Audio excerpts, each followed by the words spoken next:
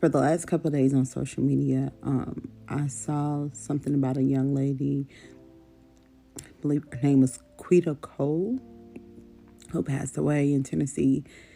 She was a chef that had her own restaurant. Sometimes, I just hate going up under comments, but one thing I noticed, people were talking about how she was posting and she was like, she needed her rest. She needed her rest. She was tired. I guess just like, just overworking herself and exhaustion. And I'm not saying that this is her case. Disclaimer, I'm not saying this is her case. But when I was looking at all that, it made me think about how I've met so many people. Like doing Lyft, and they'll say, I've been up for 24 hours. I've been up such and such, but I still can't go to sleep. I will sleep when I'm dead. No, that's literally what will happen if you don't give your body the rest that it's calling for. We got to get unconditioned from working hard, no rest.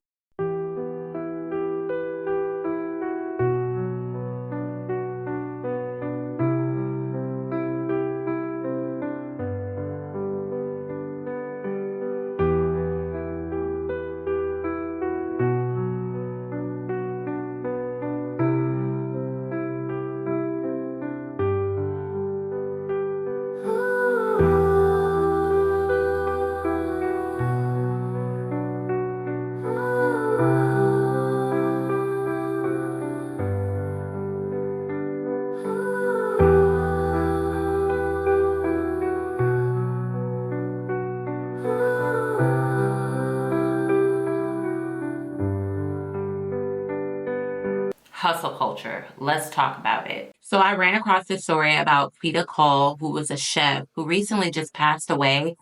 And people are kind of adding up to her posts leading up to her death, saying that she overworked herself and her body was telling her to rest. This woman worked all the way to the point where she was exhausted. And when she finally gave her body a break, she did not wake up the next day. So here's what the post read. The sudden passing of Chef Quita Cole after publicly expressing how exhausted she was is a painful truth about the invisible cost of hustle culture, especially for Black women and business owners who carry entire communities on their backs. This is a reflection of a much bigger, darker system. Hustle culture was not built for us. It was built to drain us. It was created as a byproduct of capitalism to keep the 99% producing endlessly while believing that hard work alone equals worthiness, success, and safety. It manipulates our deepest fears of failure, of poverty, of not being enough, and wraps them in praise for being grinders and go-getters. We buy into it emotionally because survival once depended on it. Our grandparents worked themselves sick just to keep food on the table. We buy into it socially because society criticizes the common man, woman, calling them broke, and rewards burnout with applause. I mean, hell, they even put it in the music. Talk about being hypnotized. If you're exhausted, you're doing it right. If you are thriving without struggle, people think you are lazy, lucky, or spoiled. But here's the part that isn't talked about enough. This is an energetic entity, what some would call an egregore or parasitic force that feeds off the energy we exert when we push ourselves from fear and insecurity.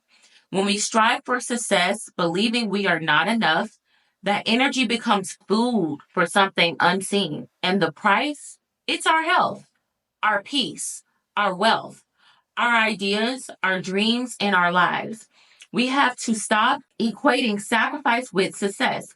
We need a new blueprint. Before I get into the 5 ways that this post recommended to take to pursue your dreams without the burnout, I want to talk about my own burnout. You ever heard the saying, you have the same 24 hours as Beyonce? And I used to really think about that when I wasn't constantly working and getting less sleep. I felt like if Beyonce is Beyonce and she has the same 24 hours as me, what am I doing with my life?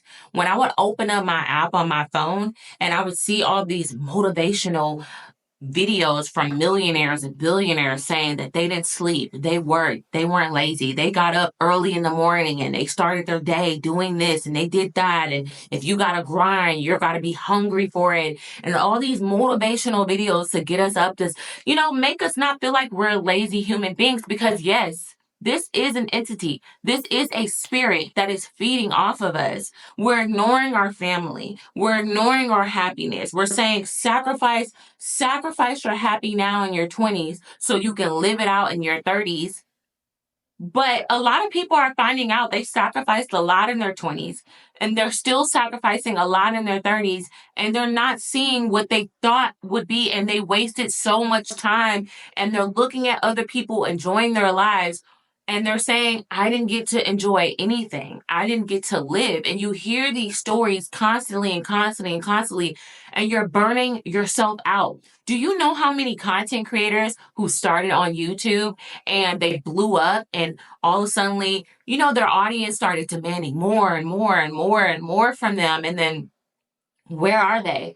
I recently went through my subscribers, not my subscribers. I recently went through the people that I'm subscribed to, and I went through a huge unsubscribing because I energetically only want certain things to pop up on my timeline. I'm cleaning up my algorithm and only want to see certain people that align with me and my community and the people that I personally want to learn from. But as I was going through this list, I started to go through some subscribers where I'm like, oh my God, I forgot about this person. And I go to click on their profile, and I subscribed to them during the time that my channel started blowing up from 7,000 subscribers or 700 subscribers to 20,000 subscribers. They were also blowing up, and they were also putting in the work, and they just stopped. And it was kind of like a reality for me. Like, here I am thinking I'm not doing enough. But one thing I never did was stop. I never stopped, no matter what that looked like, because there's passion behind what I do. But there was a lot of passion in what those other people were doing, and their channels got over 300,000 subscribers, over 1 million subscribers, and now they're gone. And I don't know what happened to their channel. I remember a few of my friends, they started taking off and popping off, and they just stopped doing it because they got burned out from it. It was no longer fun for them. And when your passion stops being fun and you stop enjoying it, how do you expect other people to enjoy it? How do you expect to attract that same quality of content that you were once putting out? It's because you're tired. You're forcing it. You're not creating from a place from the ether and your creativity that is inside of you. You're now forcing it out there and chasing the next big thing because you're just doing it for views and doing it for other people, and you're no longer doing it for yourself and your passion. And then you end up quitting. I've seen so many people reach to the top and then just stop. And it made me think, like, what happened? What happened to them? And I'm not going to lie, it's probably burnout. Another subject I want to cover is Black women specifically and how this affects us. Black women were taught to get our degrees, get the money, get the bag. We're competing honestly with each other. We open up our social media apps and we see the Black woman living her best life. And you ask her, how did she get there? And she's like, I just hustled. I did this. I did that. I did this. I didn't sleep. I didn't eat. I was doing this. I was doing that. I was inside. I wasn't enjoying my life. I cut off family. I cut off friends. I was a loner. I did this. I did that. And you're like, okay, that's what I got to do. That's what I got to do. I got to do this. I got to do that. I got to slow down. We've been working our entire lives. We always been hustling our entire lives. And I'll use an example. My grandmother. My grandmother used to brag about how she worked as a child. And I remember her calling us lazy as kids because she's like, you know what I was doing at your age? I had a job and I was scrubbing floors and I was doing this and I was doing that, because that was the culture. That was survival. That is what she had to do. And we took that as, if we're not doing that, then we're lazy. That has been ingrained in us because of what? Capitalism, especially to the Black community and especially to Black women. Because not only will we have to hustle and bustle and clean houses and work all day or be nurses and caretakers, we were also going home and being caretakers and putting on this front and this face. And then a lot of the kids say, my mama was mean, my grandma was mean. Your grandmother was miserable. Your grandmother was tired. Your grandmother was overstimulated.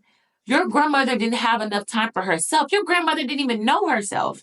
And it makes me sad inside to think about that. Many of our great grandmothers and grandmothers never got a chance to just be.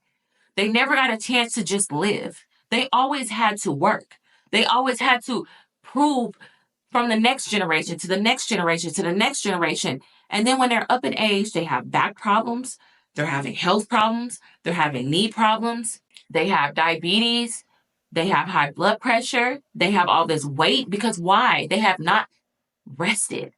They have not rested. They have hypertension in their body because they're not resting. They have stress and aneurysms and heart disease because the body keeps score.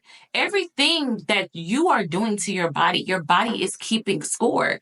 Every emotion that you suppress, your body is keeping score. And eventually, all of that suppression is going to come up out of your body because it has to. And then we wonder why we're so sick. We wonder why we're so unhealthy because we honestly don't believe that we deserve rest.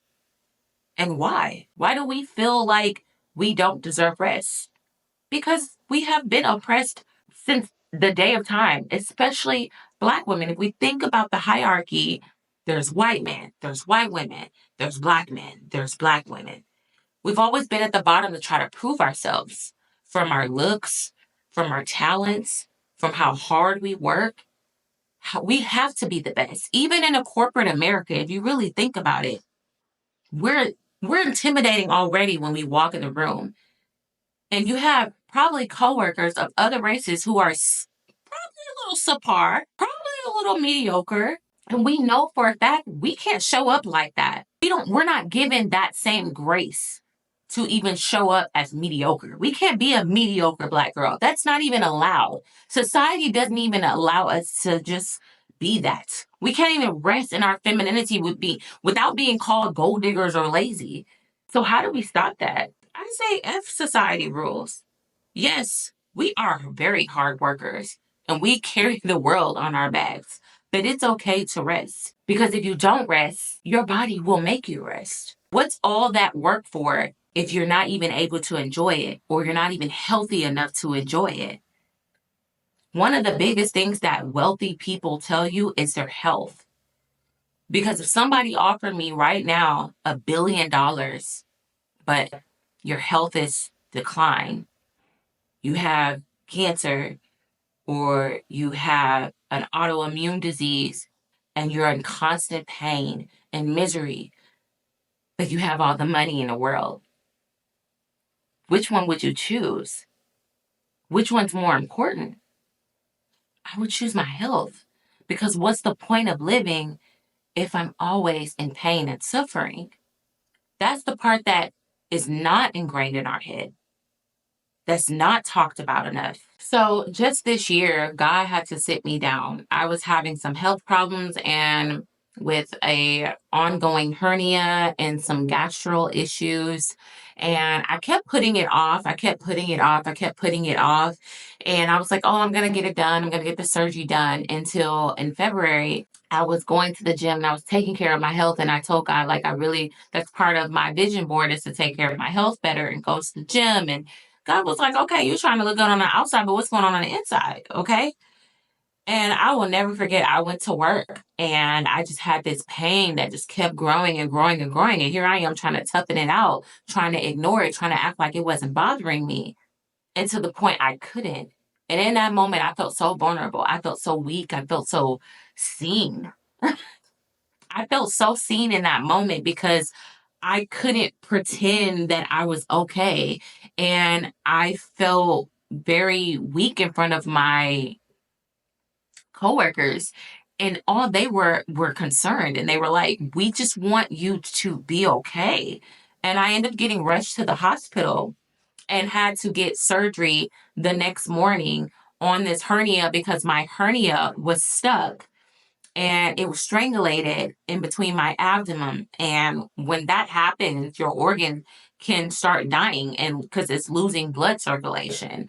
And so I end up having to get this surgery done.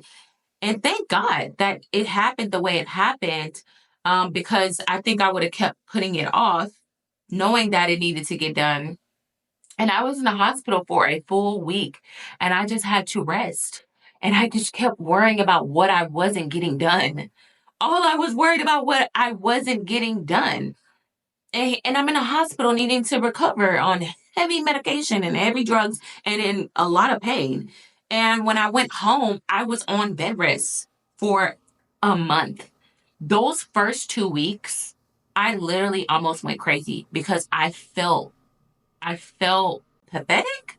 I felt like I needed to be needed and I needed to produce. I needed to work. I needed to show up, and produce, whether that was content. I needed to be doing something with my time other than just laying here and watching TV and recovering. And I had a conversation with someone, a friend of mine, and she was like, you need to kind of question why can't you just sit and rest and not worry about what you're not doing? Because I felt like my work ethic was my self-worth. That if I was not producing, that I didn't have worth in this world. That me not going to work and being the best that I can be, or me not producing on social media and content creating, was me not being the best that I could be. I couldn't just be me. And that was actually concerning, that so much of my self identity was wrapped in how much I could produce, to the point where I wasn't thinking about you need to heal. And it made me think a little deeper with this story because this woman body was telling her she needed to rest and she just kept putting it off until she didn't wake up. And I think about me doing what I'm doing now. And yes, it's okay to take breaks because my success will never be based off of how much I can produce. I am now going to manifest a life for myself that it is going to happen regardless, because that is what I'm called to do. I'm called to be a speaker. I'm called to be a motivational speaker.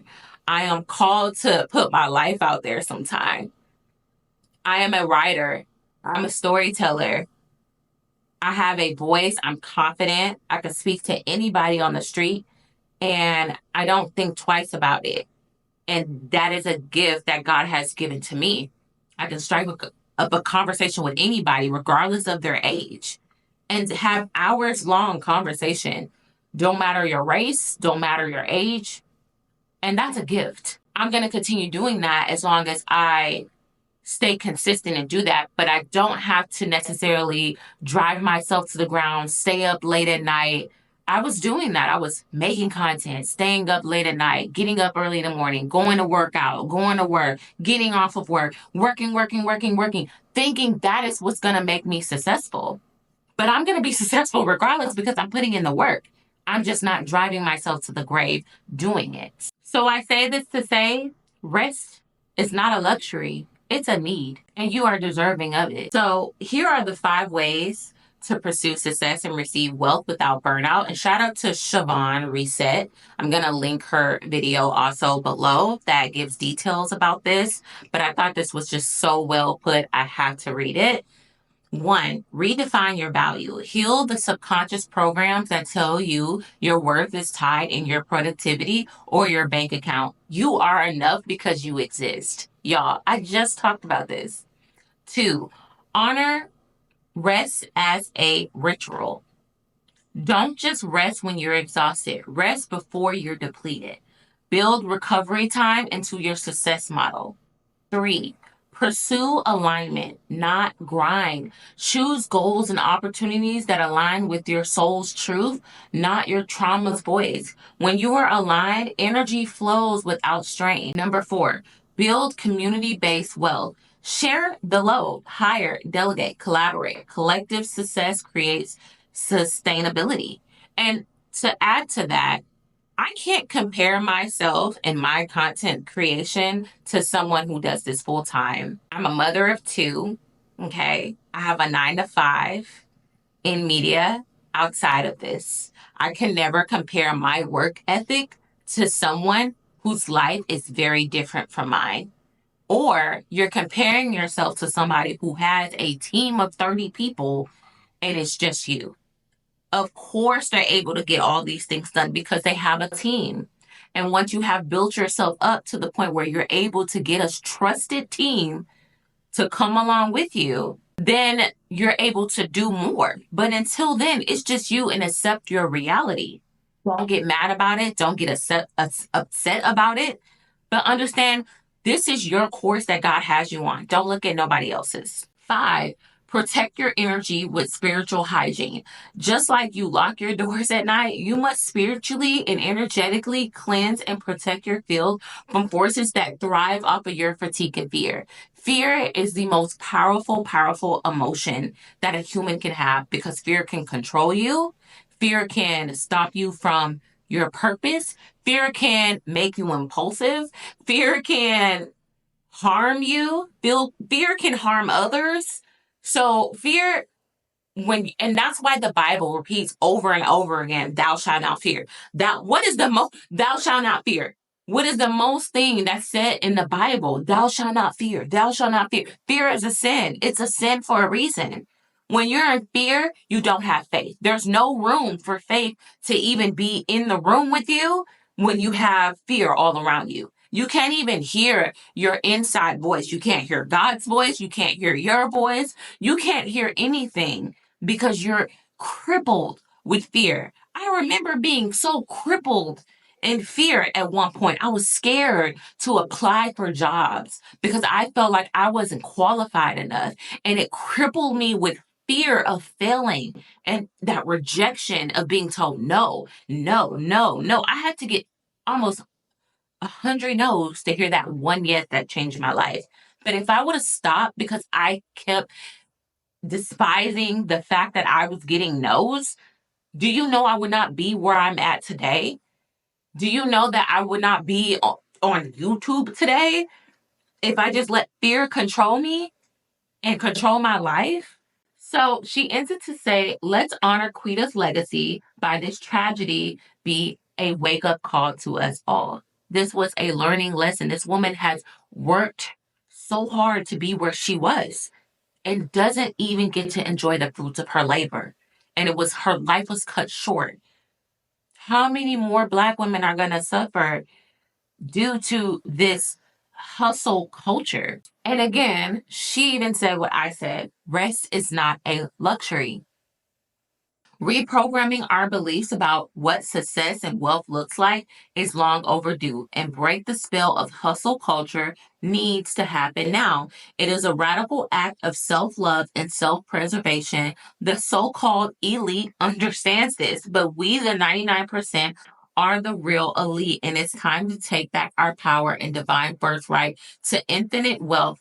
One belief at. So I say this to say, give yourself grace, take the rest that you need, don't overwork yourself. Enjoy motherhood, by the way. Like, don't compare yourself to people who don't have kids. Enjoy your family. Enjoy the time that you have with them. Don't think that if I don't do this, I will never have this. Your success is inevitable.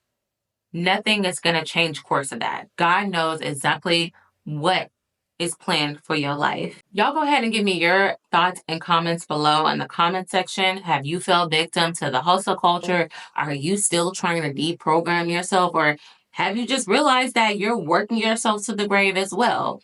Let me know your thoughts below and be sure to give this video a thumbs up. And if you're not already subscribed to my channel, please subscribe and I'll see you guys next time. Bye.